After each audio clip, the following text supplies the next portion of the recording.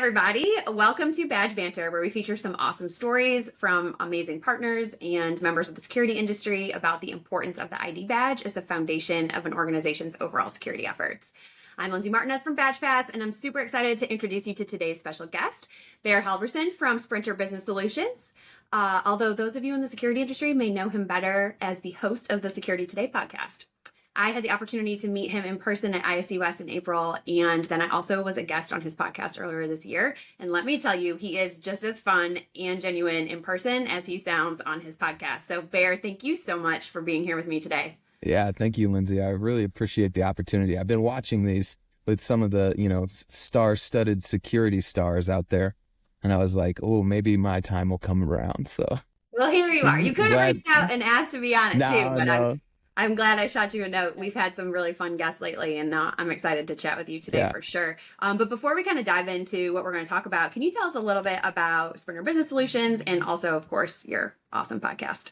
Yeah, definitely. So I work for Sprinter Business Solutions that is based out of Wausau, Wisconsin.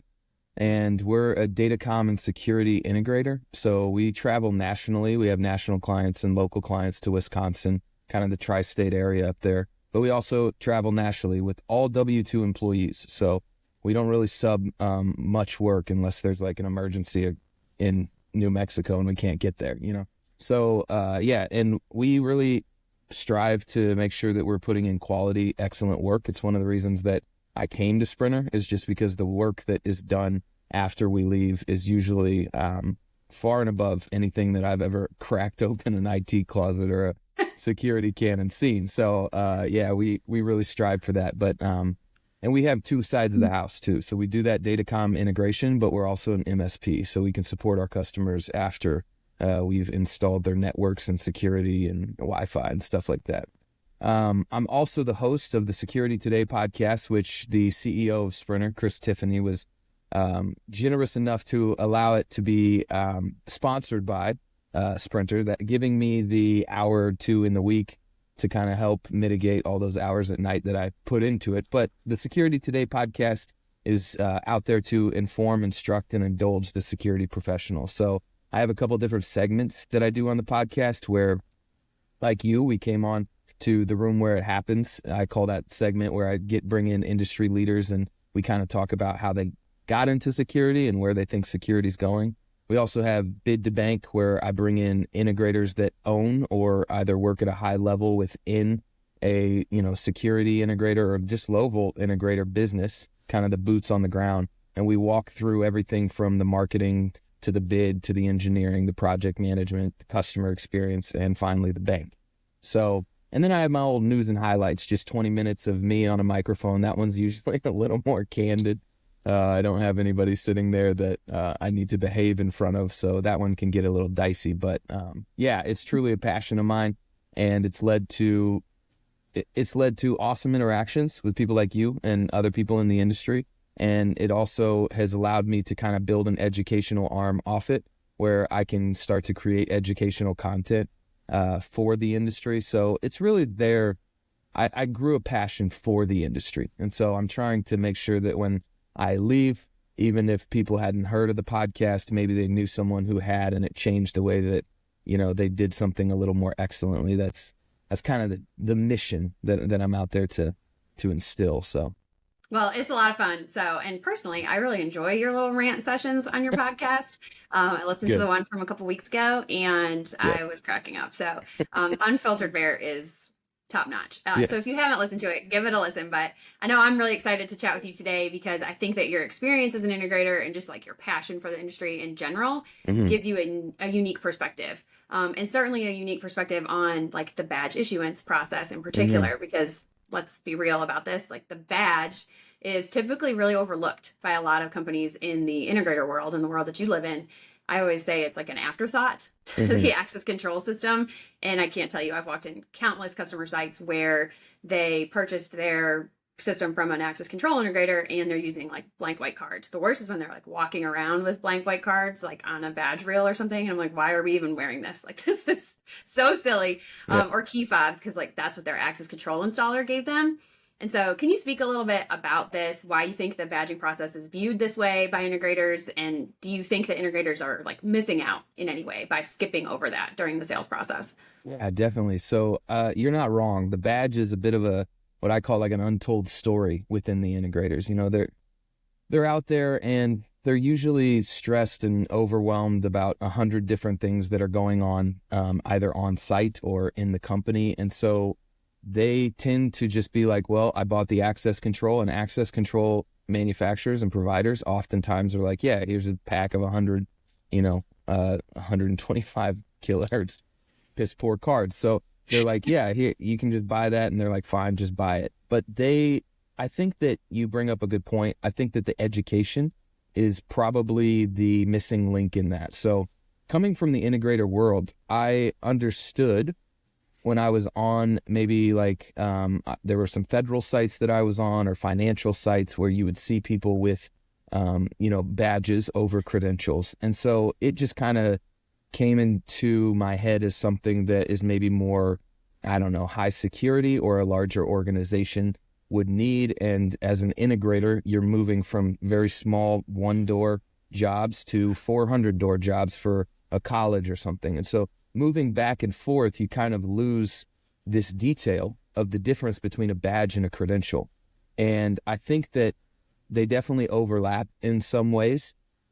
And there are use cases where maybe a credential is just fine, and use cases where honestly a badge is just fine, and you don't need to tie it into your access control system. But the benefits that you can reap from those two merging, where your credential is also an identification badge, is something that I do think that integrators across the United States are missing out on. And actually thinking about this, I was like, you know what? I should talk about this on my podcast. So I think that you're right on point that it is a missing link. And a little bit of that is education that they just don't understand. And then the other side of it is maybe they feel that it would take a big uphill climb to get into. So it's a little elusive to be like, well, here's a badge that has an identification on it and maybe some security measure like a hologram or a microtext, and then here's just a credential. Like, do I really need this? And, integrators are always like cutting to get it down, right? Mm-hmm. To get the bid down. And so they're like, do I really need to sell this? But one of the things I do on my podcast, and one of the things I think Badge Pass is like doing in the industry, is flipping that script to be like, look, stop asking, do I need this? And ask, is there a better way to do this? Mm. Because our goal in the security industry is to provide security. And we have to take that as the serious measure over cutting budgets or making sure that bids or jobs get out there and just get done and aren't excellent from the top to the bottom.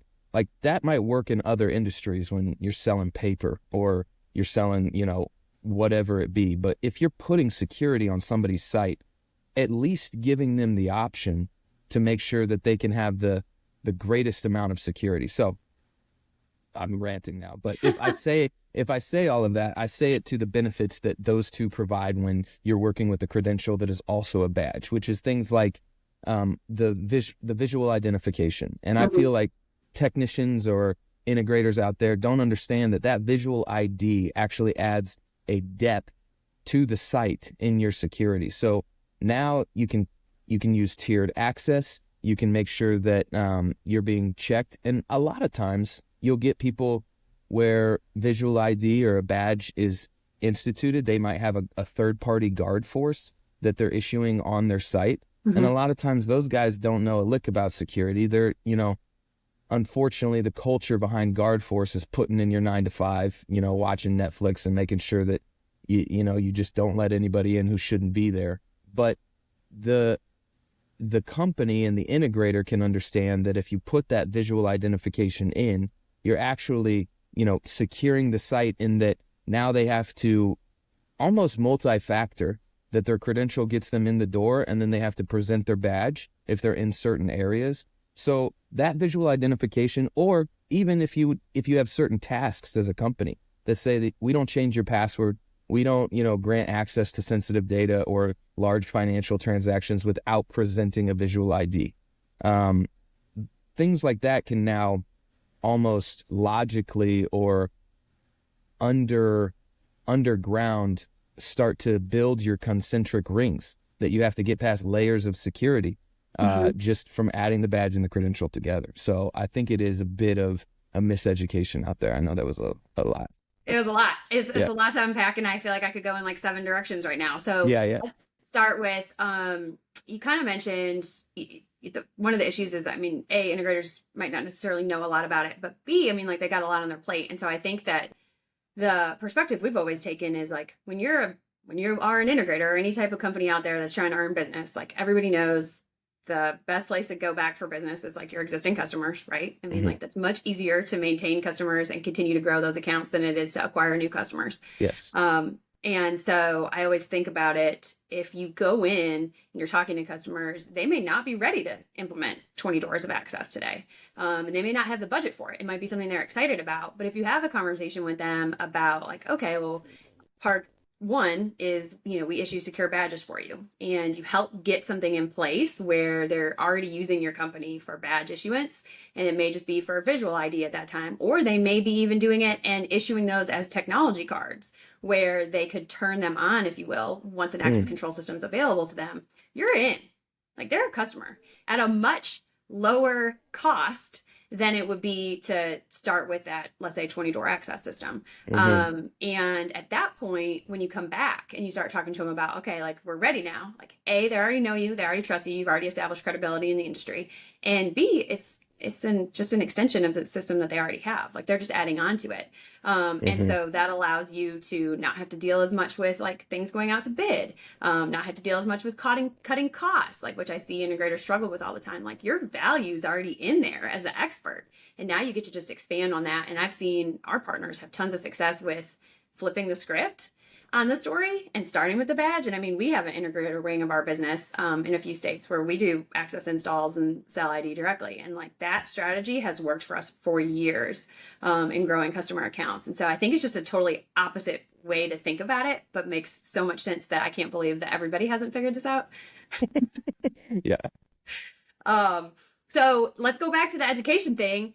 How do you think that integrators could get educated on those types of things? I mean, it's a lot of things: card technology options, like the benefits of not putting in the free prox cards that you get, badge design options, like card production, different types of card printers, machines, stuff like that. Like, how would you encourage an integrator to go out and learn that? Yeah, so in my mind, that's kind of like a two-way street, because while things like this are going to be the main way that maybe like Badge Pass or the idea of a credential and a badge get out into the integrator space, is that you're just pumping stuff like this, that they come across a Badge Banter because the integrator's on LinkedIn like for 10 minutes one time a week, and he's like, oh, what's this? So Yeah. that's definitely one way. Another way is like, honestly, the integrators need to be doing it. So I preach a lot, #be the better tech. And it's just this idea that you're constantly pushing for excellence, and you're constantly pushing to like expand your understanding of security. And so if integrators can kind of catch hold of that passion, catch hold of that vibe, then they can find themselves discovering things like this that not only help their business, but they help the security of their site, and they help their understanding of security as a whole. So it's something that should be just in the domino lineup of, as an integrator, you're out there trying to be better. You're trying to know more. Like a lot of integrators, based off of just like local integrators, a lot of times they won't know a lot about CPTED, like crime prevention through environmental design, or perimeter security. And so there's just these things that they need to go out and at least have an understanding for. Now, once they gain that understanding, they can create a quip that is just 3 or 4 sentences that they drop whenever they're with their client for the first time, presenting access control as a solution, to be like, oh yes, and just so you know, we can do credentials and we can do badges. And then maybe 1 or 2 sentences on what that means. And then you just continue with your presentation of access control as a solution. And that's enough to get anybody outside of the industry going, well, what's the difference there? Like pulling that question out of them. And then now you have 6-7 minutes that you can lean into an offering that's going to make you money, because they're going to need more badges as time turns over and things like that, and maybe need a new printer down the way and those sorts of things. And in that 7 minutes, you're going to be able to, explain to them how it secures their site more, and then they get trust in you, which is like a huge thing. That not the badge is almost like multi-layered. Like, you get trust by, about badges versus credentials. This guy like really knows his stuff. We should hire him. But at the same time, now that there's a badge on my site, it provides customer trust that, like, I come on to, let's say, a site, and I'm a vendor for that customer, and I realize that they take their security, they take their security seriously, and they're out there putting implementing things that are helping secure the site. So if I'm a vendor or if I'm a customer of your client, then I see that as a trust or a win. And it's almost subconscious, biological there, but I think there's a lot of benefit to pitching that. So much. And you are hit the nail on the head. I mean, like, there's so much stuff that an integrator can talk to a customer about. And the reality is, like, if you've already learned access control, I'm gonna be very clear, that's way harder. Like, it's way harder. Like, there's way more elements to it, that different types of locks, like door frames, what you need to put in, how you're going to install it, wiring. I mean, like, that's way more complicated and complex. And telling this story and being able to go in and just earn trust, and build relationships and credibility from the badging perspective, and think about the door as an enhancement to it. Like, that's the next step. Like, now I have a badge, what am I going to do with it? And that's easy. I mean, like, learning card printers, I'm not gonna say it's just like you do it overnight, but I mean, learning different types of card printers, even working on them, is significantly easier than dealing with, like, wiring up panels and different types of door locks in the field. I mean, significantly. And so certainly there's nuances to it, and there's, all different types of printing technology and direct to card versus retransfer and security elements, like you mentioned. But at a basic level, I would say it's much easier to learn, and there's recurring revenue that, technically you're missing out on. I mean, think about the printer itself, the consumables that go along with it, the card.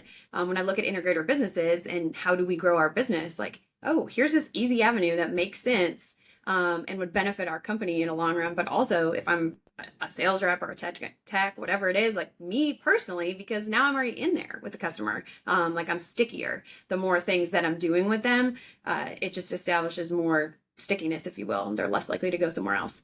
Yeah. And I think, totally. And the final point that I wanted also to drive home is that, like, as the integrator, they need to start thinking of the convergence that we're seeing in security, that the logical and the physical world are just, like, colliding like planets at this place. I don't love the word convergence. I've tried to start using the great smushing, because I feel like it's just like smushing it together. Well, right? It's way more fun too. Yeah. But as integrators, you have to start to, get ahead of that and ahead of the 8 ball on that. And one way that badges do that is that you can now tell your clients that they can implement it into their IT program. Like, they can implement it into your help desk. Or if it's a big enough company that they have, like, an IT department, that people who come to the IT department for IT related things have to start presenting badges or presenting credentials. And so that is also something that the integrator should be thinking about as they're going forward, is how everything's colliding. I need to get ahead of things. Like, I don't need to just know how to ping an IP address or IP a camera. I also need to know how to serve my clients when they start feeling the effects of physical and logical security just, smushing together. Yeah. I love that. Well, that's my favorite takeaway from today. I will be calling it smushing. The great smushing, as opposed to convergence. But I love chatting with you, mainly because I just love interacting with people who are passionate about, being the best, and constantly learning and being a part of, like, change in the industry and everything like that. So we could probably talk forever, but we shouldn't. Yes. But I think that I would say I always encourage people, whether they're integrators or someone from the ID space who wants to get more into understanding security, to reach out to someone like Baer, or reach out to us and me. And I'm happy to, help have conversations with people like this, because I think it's important to the future of the industry. So thank you for sharing your thoughts with us today. 100%. Thank you for having me on. I'm glad to be here. It was fun for sure. So we hope you'll join us next time as we take you beyond the badge.